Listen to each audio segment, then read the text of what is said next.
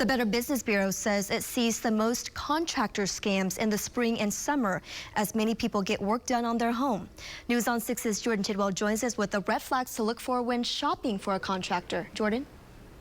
Chin, the Tulsa Better Business Bureau says contractor fraud doesn't happen all the time, but it is something they do see, especially in the warmer months.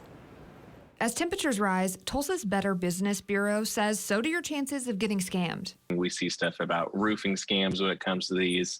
As I mentioned before, driveway scams if someone's coming out to go ahead and redo your driveway, even house painting, the list goes on and on. There's a whole bunch of different ones.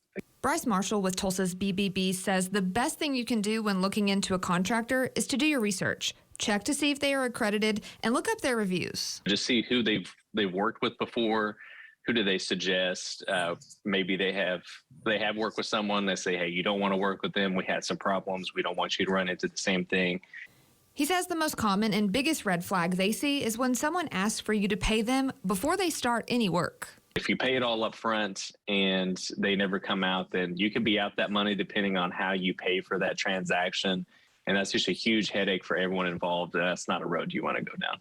He says the BPB is there to help. And if you ever have a problem, they can try and get a hold of the business to help you and find a resolution.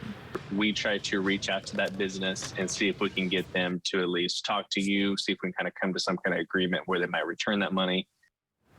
Marshall says you should avoid using cash only or any type of cash app when paying.